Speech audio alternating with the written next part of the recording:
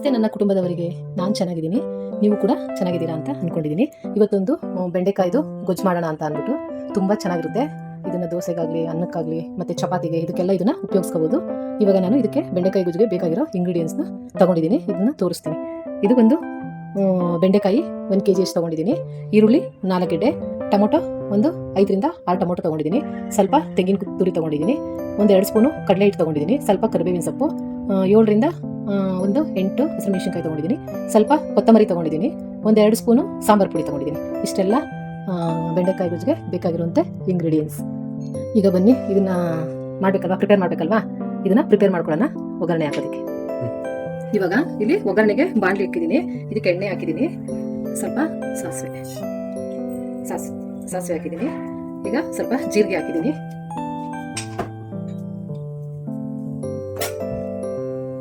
ಈಗ ಬಂದು ಹಸಿಮೆಣಸಿನ್ಕಾಯಿ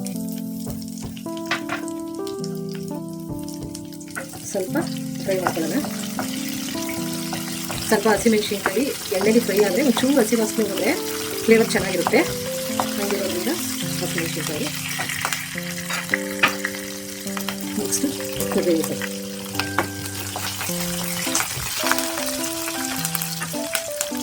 ಈರುಳ್ಳಿ ಹಾಕ್ತಾಯಿದ್ದೀನಿ. ಇದು ಸ್ವಲ್ಪ ಚೂರು ಫ್ರೈ ಆಗಬೇಕು ನೋಡಿ, ಸ್ವಲ್ಪ ಬೇಯಬೇಕಿದು. ಸ್ವಲ್ಪ ಇಷ್ಟು ಬೆಂದರೆ ಚೆನ್ನಾಗಿರುತ್ತೆ. ಇವಾಗ ಟೊಮೆಟೊ ಹಾಕ್ತೀನಿ. 5 ರಿಂದ 6 ಟೊಮೆಟೊ ಕಟ್ ಮಾಡ್ಕೊಂಡಿದ್ದೀನಿ.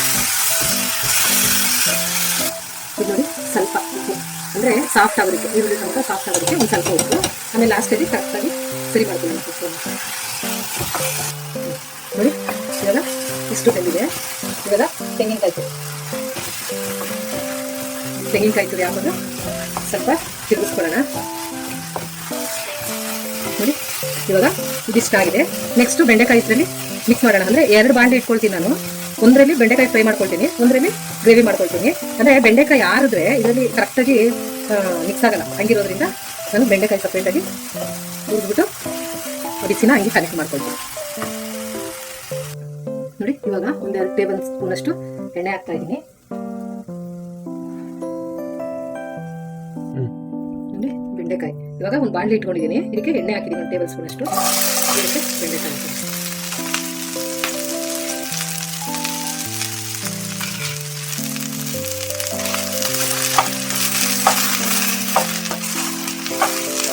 ಇದನ್ನ ಚೆನ್ನಾಗಿ ಸ್ವಲ್ಪ ಹಂಗೆ ಫ್ರೈ ಮಾಡ್ತೀನಿ.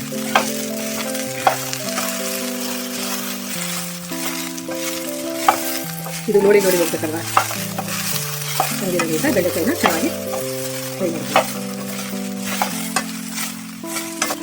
ಇವಾಗ 1 ಸ್ಪೂನು ಅರಶಿನ ಹಾಕ್ತೀನಿ. ಇದಕ್ಕೆ ಅರಶಿನ ಚೆನ್ನಾಗಿ ಮಿಕ್ಸ್ ಮಾಡ್ಕೊಳ್ಳೋಣ ನೋಡಿ. ಅವಾಗಲೇ ನೋಡಿ ಬಿಟ್ಕೊಳ್ತಾ ಇದ್ದೆ. ಇದು ಕೂಡ ಚೆನ್ನಾಗಿ ಮಿಕ್ಸ್ ಮಾಡೋಣ ನೋಡಿ. ಇವಾಗ ಇದಕ್ಕೆ 1 ಸ್ಪೂನು ಉಪ್ಪು ಹಾಕ್ತೀನಿ. ಹಾಕಿ ಇವಾಗ ಇನ್ನೂ ಸ್ವಲ್ಪ, ಅಂದರೆ ಒಂದು ಸ್ವಲ್ಪ ನೀರು ಬಿಟ್ಕೊಳುತ್ತೆ, ಇನ್ನೂ ಚೆನ್ನಾಗಿ ಬೇಕಾಗುತ್ತೆ ಬೆಂಡೆಕಾಯಿ.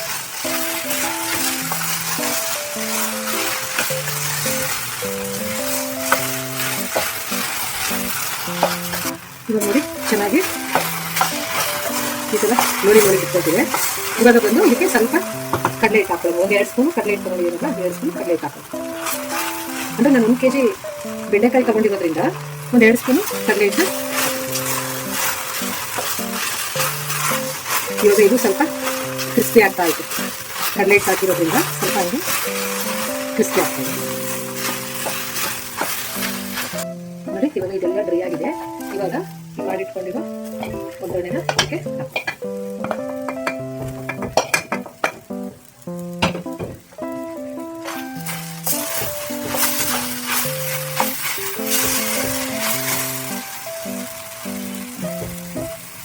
ಈಗ ಸಾಂಬಾರು ಪುಡಿ ಹಾಕ್ತಿದ್ದೀನಿ.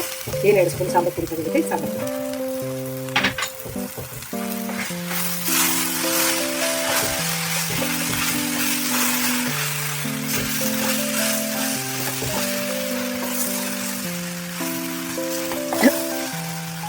ನೋಡಿ ಚೆನ್ನಾಗಿ ಈ ಥರ ಮಿಕ್ಸ್ ಮಾಡಿಕೊಂಡು ಇವಾಗ ಸ್ವಲ್ಪ ನೀರು ಹಾಕ್ಕೊಳ್ಳೋಣ. ನೋಡಿ ಇವಾಗ ಈ ಬಾಣಲೆ ಹಾಕಿ ಸ್ವಲ್ಪ ನೀರು ಹಾಕ್ಕೊಳ್ಳೋಣ. ನೀರು ಹಾಕ್ಬಿಟ್ಟು ಚೆನ್ನಾಗಿ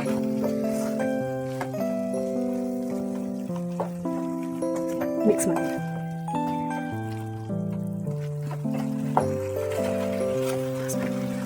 ಇವಾಗ ನೋಡಿ ಕುದಿದೈತೆ ಅಂದರೆ ಅವಾಗೆ ಸ್ವಲ್ಪ ಉಪ್ಪು ಹಾಕಿದ್ದೀನಿ, ಈರುಳ್ಳಿಗೆ ಸ್ವಲ್ಪ ಬೆಂಡೆಕಾಯಿಗೆ ಸ್ವಲ್ಪ ಉಪ್ಪು ಹಾಕಿದ್ದೀನಿ. ಹಂಗೆಲ್ಲ ಇರೋದ್ರಿಂದ ಇನ್ನೊಂದು ಸ್ವಲ್ಪ ರುಚಿಗೆ ಎಷ್ಟು ಬೇಕೋ ಅಷ್ಟು ಉಪ್ಪು ಹಾಕ್ಬೋದು.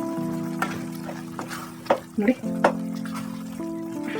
ಏನು ಕಡಲೆ ಹಿಟ್ಟು ಹಾಕೊಳ್ತೀವಿ ಸ್ವಲ್ಪ ಅದು ಗ್ರೇವಿ ಆಗೋಕ್ಕೆ ಚೆನ್ನಾಗಿರುತ್ತೆ, ಸ್ವಲ್ಪ ಗಟ್ಟಿ ಬರುತ್ತೆ. ಇಲ್ಲಾಂದರೆ ನೀರು ಥರ ಆಗುತ್ತೆ ಕಡಲೆ ಹಿಟ್ಟು ಹಾಕಿಲ್ಲ ಅಂದರೆ ಹುರ್ಗಡ್ಲೆ ಪುಡಿನೂ ಸಹ ಪುಡಿ ಮಾಡಿ ಹಾಕೋಬೋದು, ಅಥವಾ ಕಡಲೆ ಹಿಟ್ಟು ಕೂಡ 1-2 ಸ್ಪೂನು ಹಾಕೋಬೋದು ಅಂತ. ಇವಾಗ ಲಾಸ್ಟು ಚೆನ್ನಾಗಿ ಬೆಂದಿದೆ. ಇವಾಗ ಸ್ವಲ್ಪ ಕೊತ್ತಂಬರಿ ಹಾಕಿ.